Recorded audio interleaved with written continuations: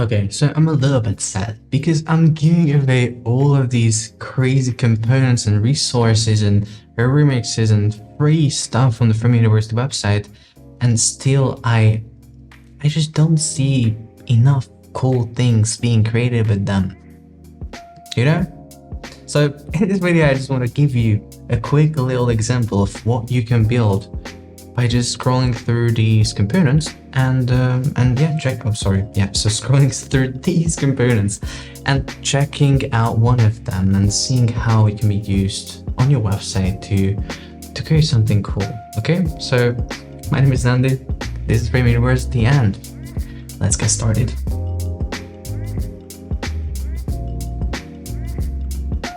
Okay, so in this one, we are going to build this right here. It's gonna be just a quick little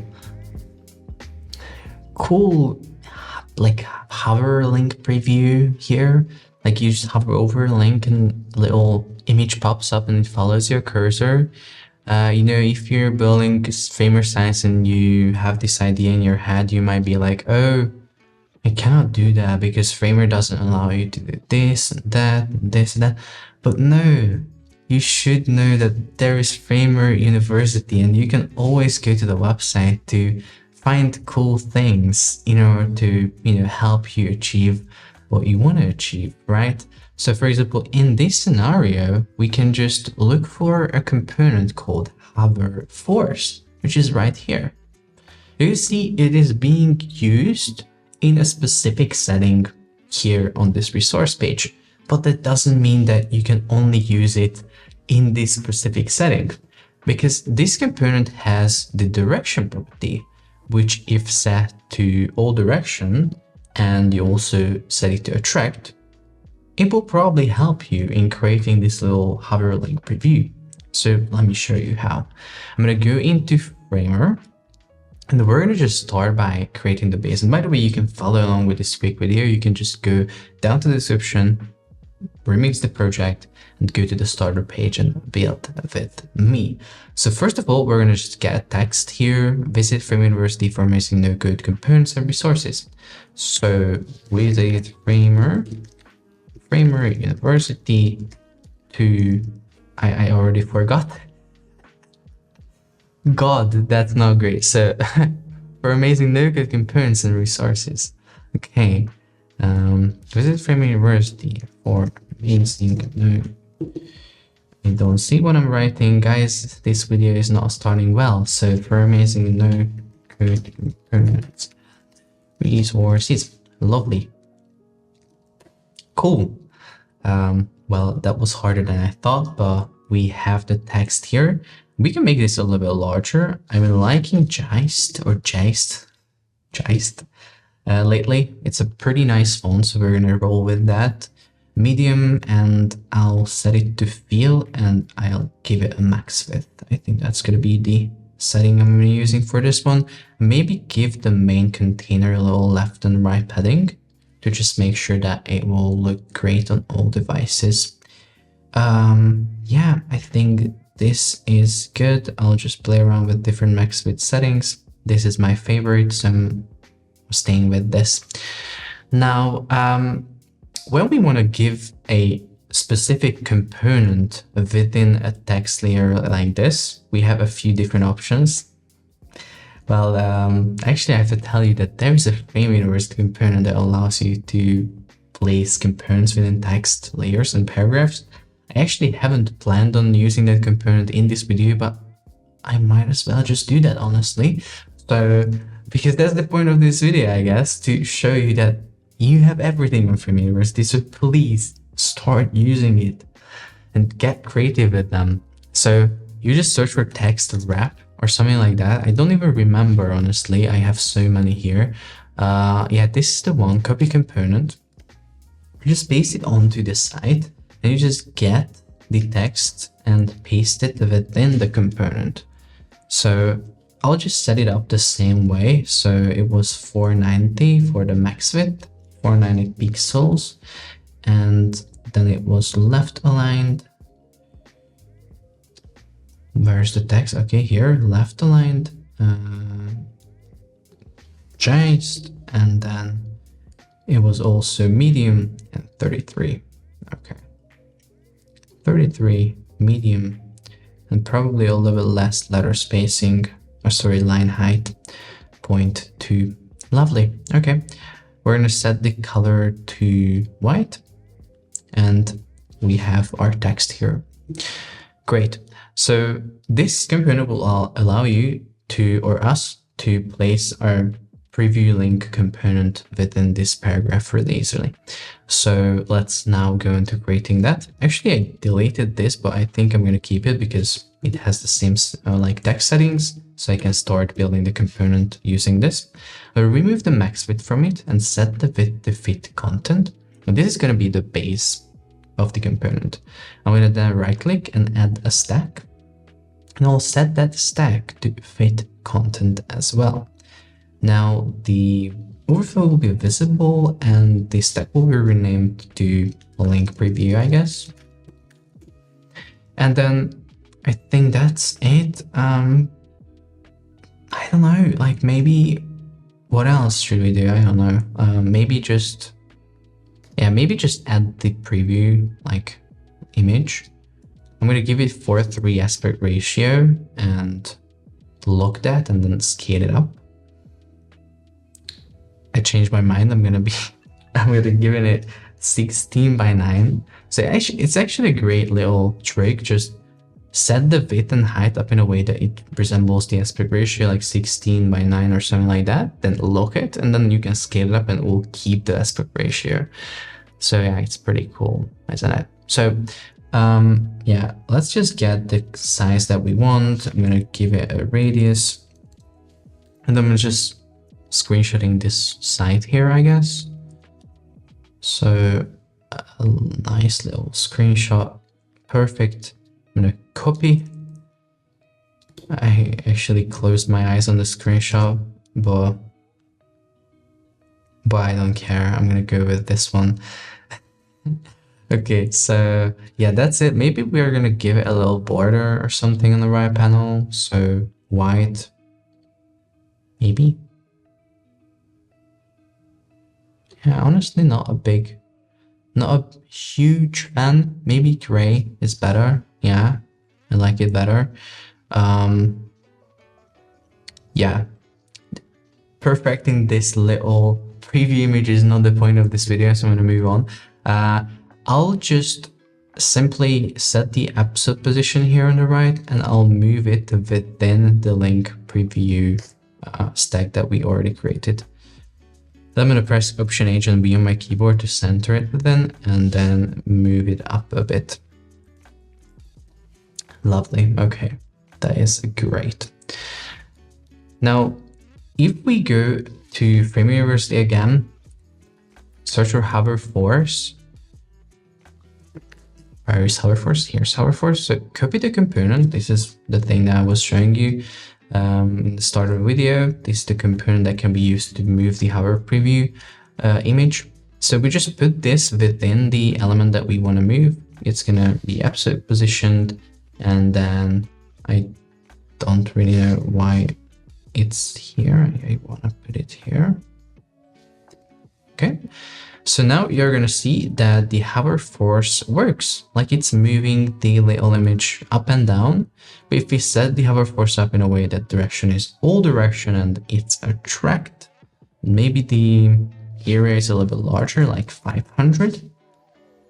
It's gonna be something like this, which is really good. However, you know, we will be hovering over the text, but I don't want the image to go over the text. As you can see, like I'm hovering over Framer and the image is not jumping on the text. So how do we achieve that? Because right now, if I hover over the text, the image is over the text as well because it's following the cursor. So the way we do that is really easy. Honestly, it's really simple. You just have to wrap the image in additional frame. So I'm just gonna basically press Command Enter on my keyboard while selecting the image, and this frame will be a little bit larger, like something like this, And I'm gonna center it, And the image within the actual preview will be positioned here, like a little over the text. And the hover force will not be within the image frame, so not the image frame, but the image wrapper frame. So this is the image wrapper. And now, in theory, it doesn't work. I don't know why. Okay, maybe okay, so probably I have to do this. I have to center the image wrapper and then move this further up. Yeah, I think that's the move that I have to do. And probably we can just make this very small, this image wrapper. And I don't know why we're locking the aspect ratio on that one, not needed. So yeah, and we'll just set the visible overflow so the image is actually visible. So now it should be good. Yeah, it's good now. Perfect. Maybe move this a little bit further down, the image. But yeah, we should be good at this point. So we have the image, it's moving, it's following the cursor, it's not moving over the text, which is really good. So now all we have to figure out is how do we make sure that the image is not visible when we're not hovering over the text. So that will be some component magic. So let's do that now. So link preview, convert that into a component. Here, we're gonna have variant off, let's say, where the image is not visible. Now I'm wondering if I should hide the image only. I'm going to try that. Visible, no. And we're going to give it an appear effect. So appear effect here, just to scale in. So 0.9, little bouncy. Probably this is going to be okay, maybe 0.5. And we're going to create an on variant where we essentially set the image visibility to yes. And we go to the on variant when we hover over. So we connect these two with mouse enter and mouse leave interactions. Let's see if it works.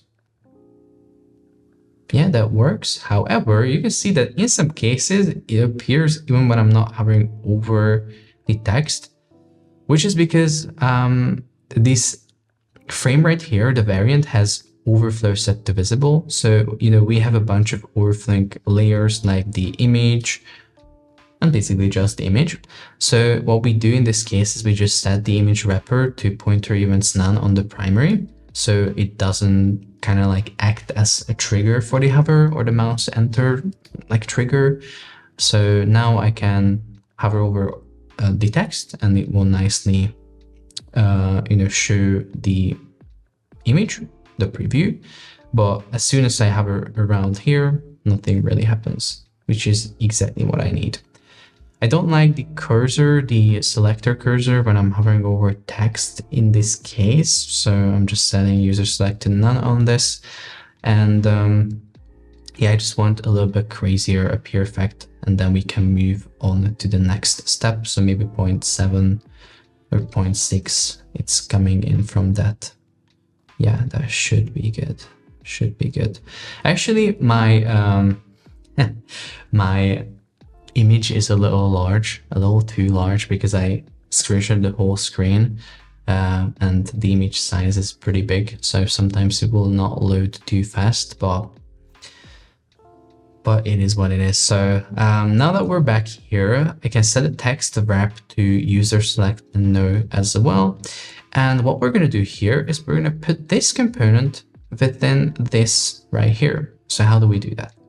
We move this here, first of all, and then we remove frame university, remove this part here, and then put these little brackets, because with this we create a slot. You can see this is the slot, we have defined it here. So we have to put slots within the text where we want to then connect components. So now, since we have this slot, if I connect something to this component, it will appear at the slot. And this is exactly what happens. So now the component is right there.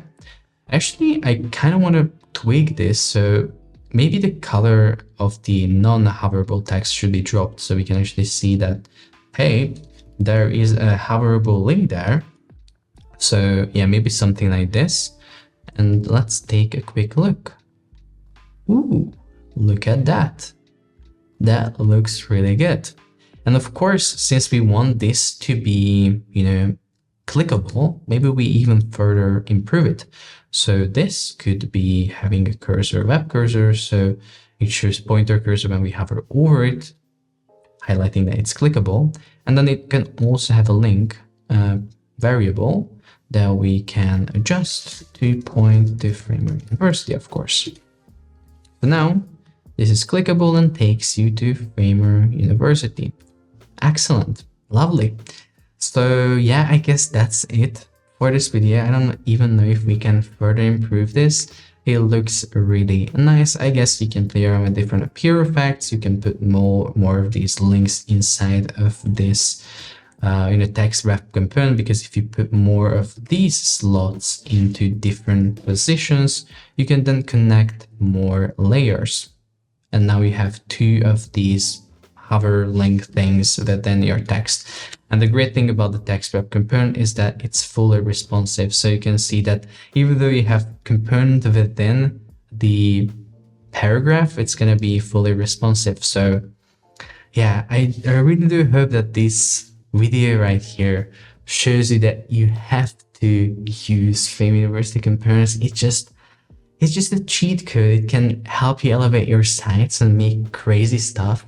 So I just really recommend you to religiously study all of the available resources right here, because if you want to make money with Framer even, or I don't know, like it just helps you, like, I don't know, just to create better sites, I guess. So that's it for this video. If you liked it, or if you have any questions regarding it, make sure to drop a comment. I'm going to appreciate that. And also check out Framer University again to check out all these cool resources and remix links and demos and components. So that's it for this video. Make sure to like it, subscribe for more, and I'm going to see you in the next one.